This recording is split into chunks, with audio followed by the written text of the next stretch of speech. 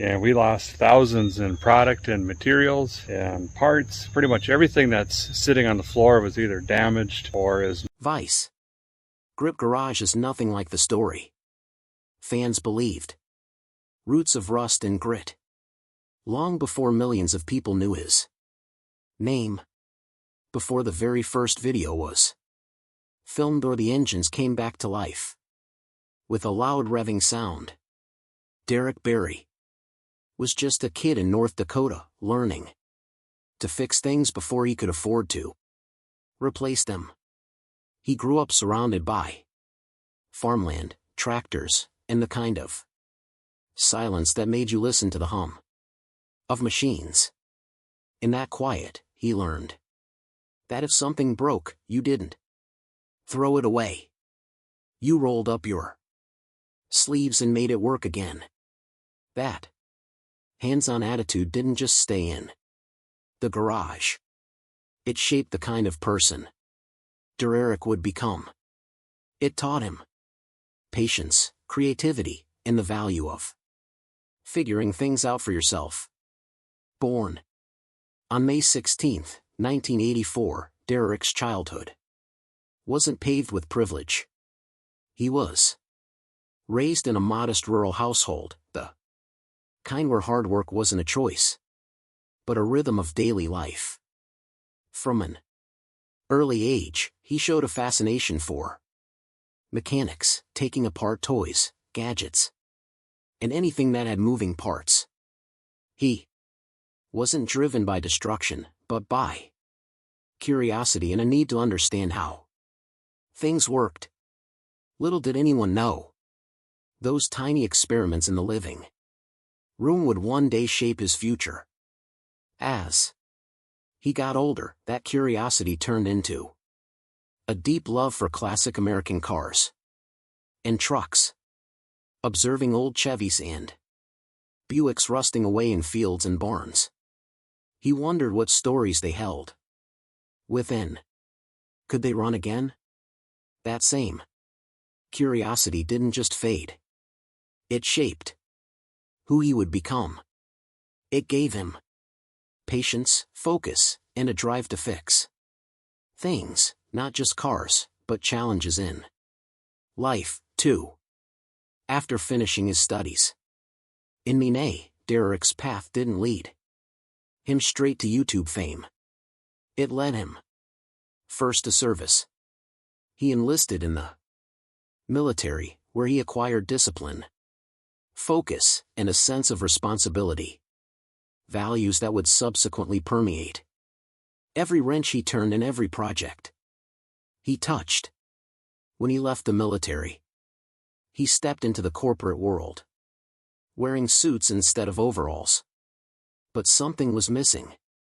The office lights couldn't replace the glow of a welder's spark. He missed the smell of oil and the sound of an engine sputtering to life. That's when Derek started thinking about how to bring his passion back into his life. He watched other people online fixing old cars and sharing their work, and a thought crossed his mind. Maybe he could do it too. I thought, hey, I could do that. I just got to learn how to film, Derek once said. And that's exactly what he did. One evening, he taped a broken iPhone to his garage door, set up his tools, and got to work on an old Camaro. He dropped in a small block engine and a 4-speed transmission, filmed the process, and posted it online. That one video didn't just show a car coming back to life. It sparked something bigger. What started as a simple hobby in a small garage was about to grow into a movement that inspired millions.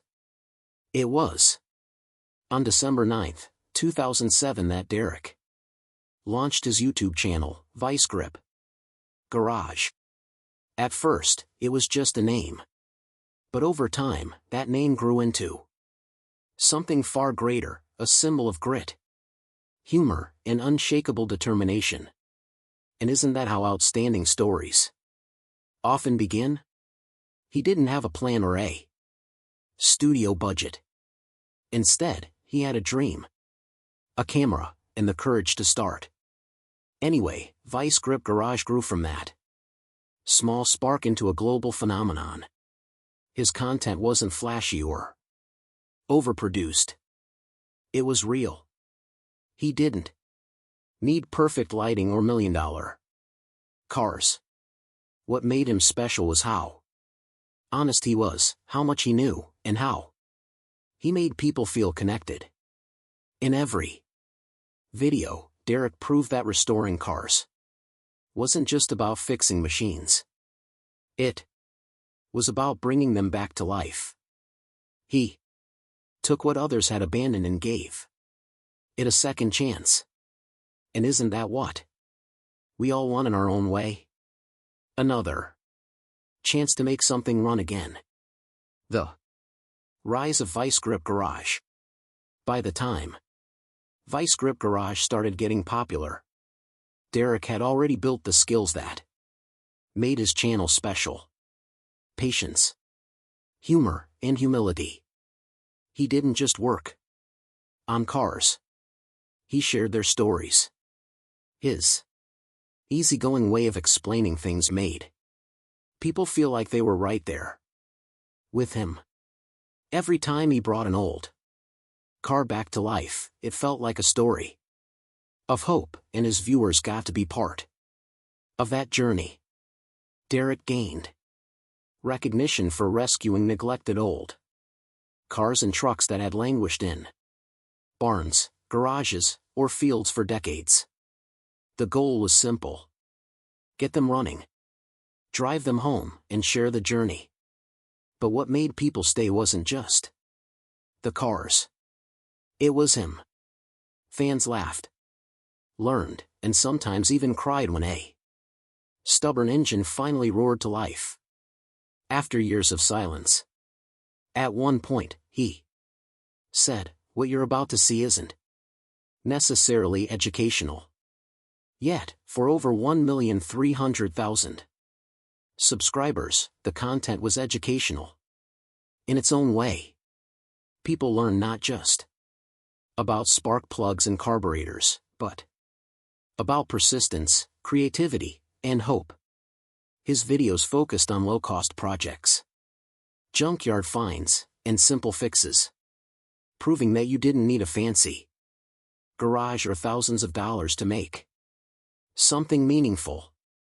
This foundation of hands-on learning and resourcefulness set the stage for bigger challenges, where Derek would push both himself and the cars beyond what most thought possible. From small beginnings to bigger challenges, Derek's journey evolved. He took part in events like Rocky Mountain Race Week and Sick Week, driving cars that barely seemed roadworthy and somehow making them work. But if there was one car that captured everything Vice Grip Garage stood for, it was the 1972 Chevelle called Independence. Rough and worn out, fans loved it not because it looked perfect, but because it didn't. Independence is beat up and scratched, but like this country, it never quits. Derek once said for him, Vice Grip Garage wasn't just a channel. It was a legacy. He wanted to pass the torch to the next generation, saying, "When you and I are toes up in the daisies, if there's not another generation to pass the torch to, this whole hot rodding scene is done." Beyond restoring engines, he wasn't just fixing engines. He was bringing people back together with their skills, their families, and their communities. Even at big events, Derek stayed humble. A farm kid from North Dakota with a camera and a mission. But just as Derek's vision seemed unstoppable, a new challenge was looming. One that threatened not just a car, but everything Vice Grip Garage had built. Could the passion that fueled his journey survive what was coming next? The breaking point for a long time. Derek Bieri was that person everyone loved to watch, the one who could take an old, broken down car sitting in a field and bring it back to life. He wasn't just fixing cars. He was inspiring people. He showed what hard work, creativity, and an occasional sense of humor could do. But as time went on, things started to change. The channel got bigger, the projects got fancier, and the fun started to fade a little. Some fans noticed this before Derek ever said anything. One viewer wrote, "I'm happy for Derek to make whatever content he likes, but my only complaint is he's always talking about how busy he is. It's stressful to watch compared to the old videos." There he is. He was the same guy from North Dakota who taught us how to make something work with almost nothing. In the end, Derek's breaking point wasn't just about YouTube burnout. It was about balance. He had given so much to his fans, to his channel, and to the dream that there wasn't much left for himself. But fans were still wondering, was this the end of Vice Grip Garage? Or was Derek simply altering his course, taking a step back to safeguard what is most important? The truth wasn't that he wanted to quit. He just needed to change direction. It was about moving from burnout to balance, from constant pressure to finding purpose again. From burnout to balance. Derek worked more than 100 hours a week traveling, filming, editing, and uploading.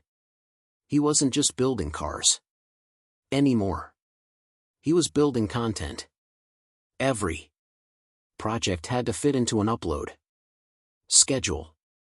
Every repair had to make sense for an episode. And slowly, the joy of the work started to fade under the weight of deadlines. This intense lifestyle came with a cost. What many experts call the grind. At first, it looked like pure dedication. Long nights, endless travel, and non-stop filming. But behind the scenes, that drive was slowly wearing him down. The burnout didn't hit Derek Bieri overnight. First came the exhaustion. Late nights in the garage that stopped feeling rewarding. Then came the frustration. Projects that once excited him started to feel like chores.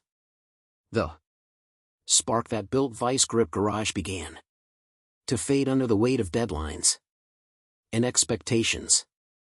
Like many creators, he kept pushing, hoping the next video would reignite that old fire. Instead, the work that once gave him purpose started to drain him. And when the noise finally quieted, the hardest questions remained. Was it still worth it? And had the dream already outgrown him? Dr. Aloc, a Harvard-trained psychiatrist who works with creators, calls it a loss of fulfillment. You stop feeling joy in what you do. You start losing interest in topics that once excited you. You experience a loss of your creative spark. For creators like Derek, this becomes the turning point. A moment when stepping back is not giving up, but an act of self-preservation. This is the moment when many creators, such as Derek, retreat not out of resignation but to preserve their tranquility. And when that shift happens, when passion becomes protection, audiences can feel it too. The tone changes, the pace slows, and the work starts to reflect a different kind of purpose. Some fans noticed the shift. One wrote, The vibe is different because he's evolved due to his success. It's similar to a band that releases an amazing first album, but by their third album, listeners may feel bored. I think he's just focused on raising his kids, and that's fine. Another person responded. I completely agree. An artist gets paid, and then life and family dictate that the art gets prioritized below family needs. It's human. He's a good dude, and I'll still watch and root for him. Not all fans were critical. Many understood that this was a man trying to balance passion with life. And that's something everyone can relate to. Their empathy mirrored the understanding of experts who study burnout. This understanding from fans mirrors what experts like Dr. Alok explain, that stepping back isn't failure but a necessary step in managing the pressures of creation. Dr.